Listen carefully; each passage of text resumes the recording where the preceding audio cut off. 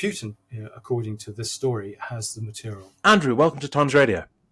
Well, very nice to talk to you. Look, the book is subtitled The Rise and Fall of the House of York.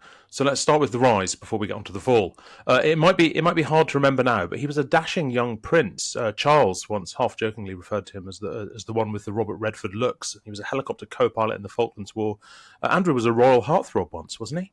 Absolutely. I mean, and actually he was being pushed forward as the future of the monarchy. I mean, there were worries that perhaps with Charles's marital problems that, Andrew would have to step into the breach. And they put him up to do various events. But absolutely, he came back from the Falklands War as his royal heartthrob. There were books about him and lots of profiles. And, he was seen as a bit of a cheeky chappy, but people liked that. I mean, there's certain parallels with Harry. And the fall, I have to say, was gradual. I mean, it was really only with Epstein and later, and I suppose the criticisms of him as special trade representative in the early 2000s, that things really began to go wrong. We'll come to that fall in just a moment, but just to stick on the glory days, as if we can call them that. I mean, he had relationships with many glamorous women. There was the actress Koo Stark. There was a former Page 3 model. The tabloids kind of loved him, right? They did, absolutely.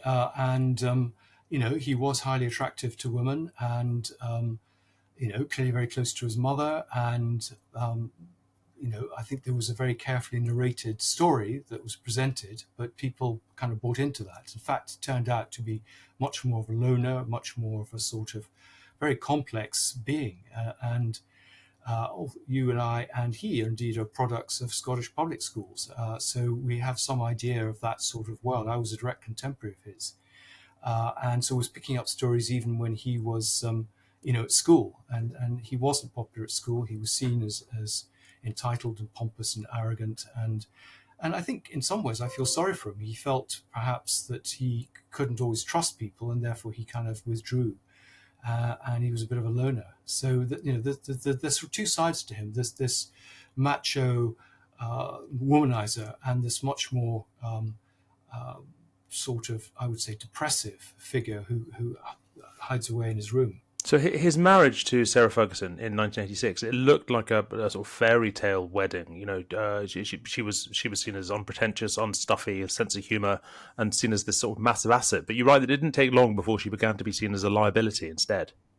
Yeah, I mean, it is interesting how quickly it unravelled. I think the feeling was, if they'd been allowed to live together in naval quarters, it might have been different. But she felt isolated, abandoned by her husband because he wasn't there, the pressures of the palace. She rather enjoyed all the perks that came from being a member of the royal family, took advantage of them.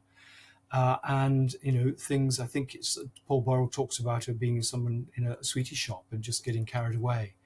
And, though there had been a very strong physical attraction between them, I think that seems to have ended quite quickly. And I talk in the book from sources I talked to that, there were affairs reasonably early in the marriage. And she had a well-publicised affair with this man, Steve Wyatt, and then with John Bryan. And these were people who gave her sort of emotional stability and security in a way that her husband didn't seem to manage. I mean, you write about a huge number of affairs really quite early on, and they announced their separation in 1992. 5 months later, there were those photos of her toes apparently being sucked in Saint-Tropez by a financial advisor that were on the front pages, which at the time was one of the lowest points ever for the royal family, right? Yes, and the poor woman was at Balmoral when the newspapers broke the story. And I think, in some ways, this is a story about sex and money, but it's the money which is the more important thing. I think that's the real scandal. The way that she and her husband, or ex-husband, have leveraged their royal position for personal financial gain. Yeah, I mean, the book sort of amply demonstrates that neither of them could make anything like enough money to support their lifestyle. What was the reason for that? Was that because they weren't prepared to work hard enough, or was it that they just didn't have much going for them? Was it, in Andrew's case, was it an inability to find a place outside the armed forces? I think Andrew signed up for it as a long-term career into the Navy. I think he enjoyed it. It gave him a structure which he needed and discipline. I think it suited members of the royal family. It kept him out of the way. And he couldn't get up to quite so much mischief. So he didn't really have opportunities to make money until he became a trade representative in 2001. But I mean, she, I think, was clearly taking advantage of her position pretty early on. I mean, from the time she was writing her budgie books and beginning to go on QVC and other things. So, and she was very successful. She made large sums of money, but the problem is she spent at a quicker rate than she could earn. And they had these folies de grandeur. They'd moved with international jet setters, and they kind of thought they could keep up with them. And however much you're being paid to give speeches and to endorse products, you're not going to keep up with some of these multimillionaires. They both, I mean, their behaviour in even sort of behind closed doors, they both come across as incredibly thin-skinned, incredibly demanding. But were the demands they made of their staff any more ludicrous than royals generally? You know, there's the famous story of the then Prince Charles and his toothpaste and so on. Is this not pretty normal royal behaviour? Well, some royals. I mean, I think you're right. Charles is like that. You never hear these stories about Princess Anne or Prince Edward. We never heard them about Prince Philip or the Queen. So I think certain royals, yes, of course, they have this sense of entitlement. But this is one of the odd things. The three siblings are very different from Andrew. They do their public duties. They keep under the radar. They haven't really had scandals associated with them. Everything seems to be focused on Andrew, who's a very, very different character. And did he have a different upbringing? Was he spoilt by his mother? Or is it just the genes are very different? And he is just a different sort of individual. Who knows? But the fact is he wasn't disciplined, and he sort of felt he could get away with it. And he does seem to have had terrible rages, bullying rages. You're right that he called one palace member an effing imbecile for not referring to Queen Elizabeth, the Queen Mother, by her full title. There's a story about him becoming incandescent with rage because a fillet of beef hadn't been cut up in the right way. Did nobody try and rein him in at any point? No, I mean, I think he's surrounded by sycophants. People are scared. I think if people do speak truth to him, they don't last very long.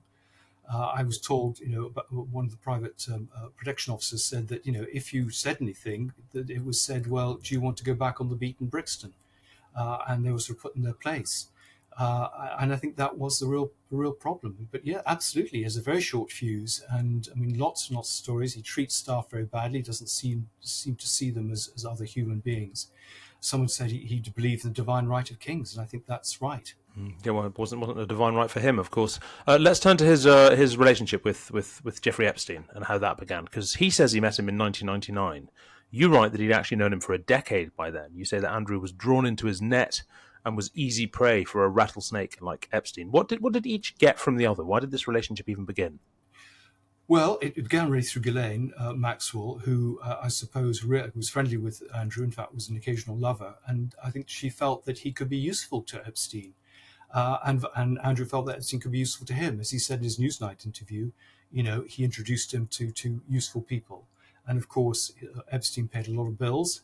And he also introduced Andrew to a ready supply of women. What Epstein liked was that Andrew gave him respectability. It gave him, again, contacts. Andrew, as a trade envoy, could take Epstein on some of these trips and introduce him to business.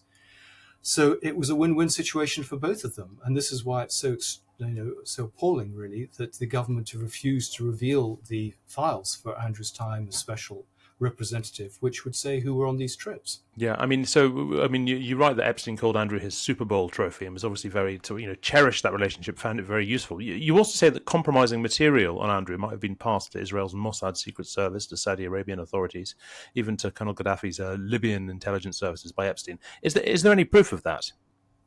Well, that's what I was told. I mean, my sources said that this material was collected. We know that Epstein filmed people in his houses. This film was collected by the FBI. It's still with the FBI. It goes back to 2006. But a man called Mark Dugan, who was a Palm Beach policeman, was worried that this stuff would be destroyed or never be made public, and he took some of it and went to Russia. And according to the MI6 and a story in the Sunday Times, this material was passed to one of Putin's right-hand man. So Putin, according to this story, has the material. I mean, what would the Russians, the Israelis, even the Libyans at the time, what would they hope to get out of it? In what way would sort of compromising material on Andrew have been important to them? Because I don't think he's ever been considered a particularly powerful person in this country. No, it's a good question, and I just don't know. You wouldn't think he would hold secrets, so clearly he may have had information as a naval officer. He may have picked up information being briefed for his role as special trade envoy. I can only speculate. But you're right. I mean, he didn't have the top secrets, but it may be that they felt that he had information about just gossip about people that could be useful. people's vulnerabilities. Who knows? I mean, I did a book on Guy Burgess, and Guy Burgess was very adept, even though he was a pretty junior official, at picking up information that could be used by the Russians. So, in particularly in things like black propaganda. So, who knows? And we won't know until someone goes public on what there is, or we have some idea, or how it's used. I mean, the other question is, why has no one used this material? They're just sitting on it waiting. And in some ways, would it matter now if a sex tape of Prince Andrew turned up? Would anyone care? Look, the images of Sarah and Andrew have in some ways sort of been reversed since the early days of their marriage. He's now a pariah. She gets some credit from the public for standing by him. They say they're the best of friends. They still live together at the Royal Lodge. I mean, given their sort of extensive extracurricular love lives that we believe about over the years, it's a fairly extraordinary story, fairly extraordinary relationship, isn't it?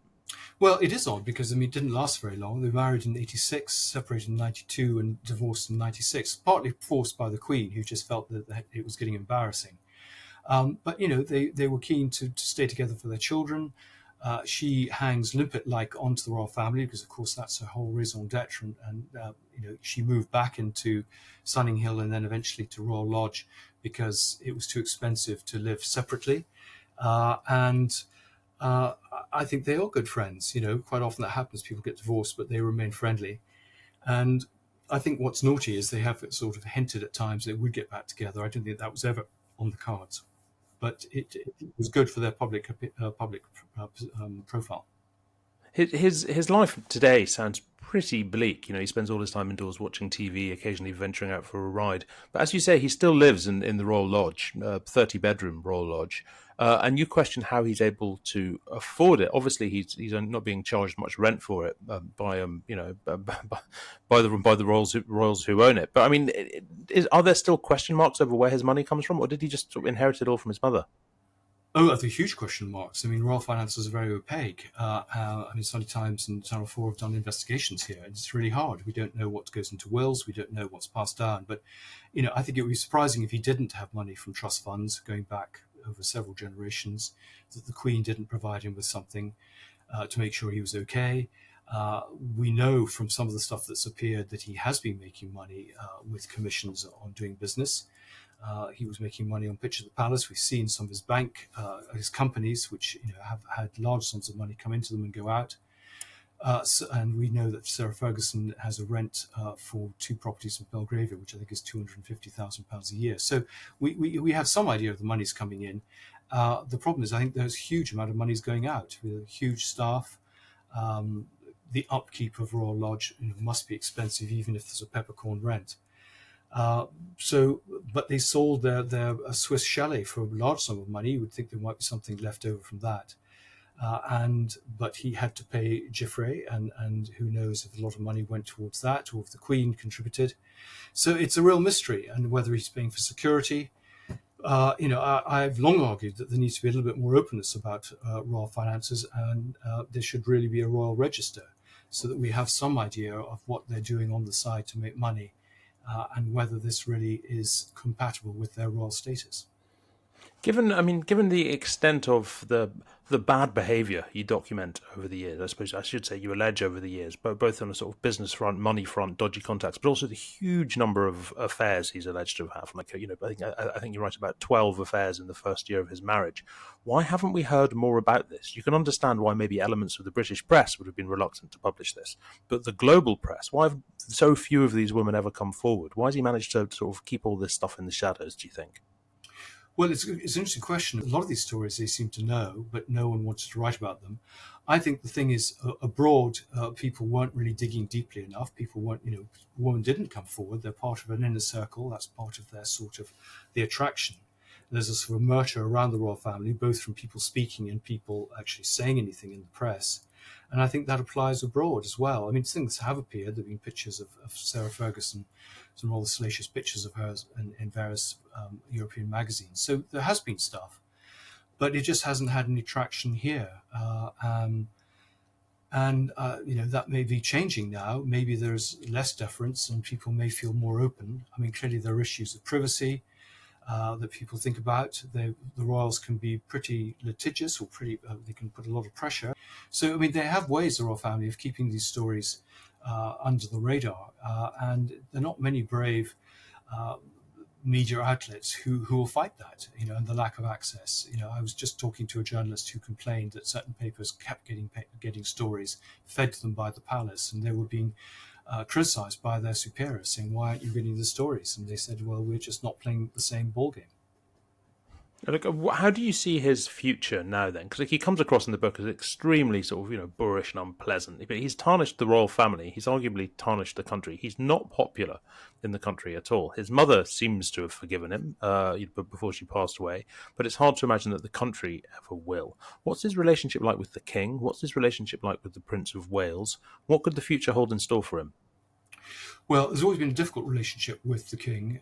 There's a certain amount of sibling loyalty, but also, I think, jealousy between the two of them. Charles, had his life preordained for him and didn't have the chance of a naval career, wasn't able to be as free as Andrew. Andrew, I think, felt that he could have been a better king than Charles. I mean, they're very, very different characters. Charles, I think, is aware of the reputational damage that Andrew can do, or has become aware of it. I mean, he was one of the people who warned people about employing Andrew as a special representative. So I think he's quite hard-headed, and I think the feeling is it's best to keep Andrew and Sarah Ferguson on side rather than cast them away, unless that's going to cause problems to the image of the monarchy. I think William is much more hard-headed. I think he sees Andrew and Sarah Ferguson as liabilities who need to be cut loose. The problem is, you can't evict him from Royal Lodge. He's paid for the lease. And he's got to go of his own volition, and he has no intention of doing that. That's his last bit of status, and status is everything for Andrew. He has no proper sense of identity. It's all about the trappings of being a royal. Look, finally, Andrew, I mean, this may be sort of somewhat beyond your brief, but could you see his life could have gone another way? It's not easy being a royal second son. Nobody really seems to make a great fist of it, unless, famously, as history shows us, something rather terrible happens to the older one.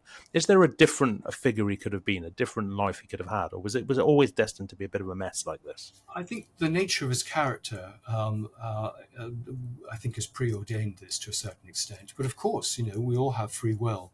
If he'd married Koo Stark, I think she might have been a slightly different influence on him than Sarah Ferguson. That might have been different. I think she, has behaved always very well and very discreetly and doesn't have these folies de grandeur. I think if he'd stayed in the Navy longer, I think if he'd listened to people in the Navy, I mean, he was surrounded to a certain extent by sycophants, but there were some people who did try and speak truth to him. Their careers were curtailed as a result of that. But if he'd been willing to listen and others around him, if Philip, I think, had been stronger with him, I think this is the great mystery that Philip wasn't, because I think he was pretty sensible. Of course, all sorts of things could have changed. If he hadn't been given that job as special representative, I mean, could he have been found some other role in which he didn't abuse his position? If he'd been sent off to run Balmoral Estates and parked a long way away in 2000, would these problems have happened? Would he have met Ghislaine? Would he have got involved with Epstein? These are the great ifs. If the marriage had survived and he had felt happier, would we have all the scandal we have of all these women? This is speculation. But yeah, of course, we could all take different paths in life, and maybe he feels now that there are decisions he made that were perhaps not the wisest.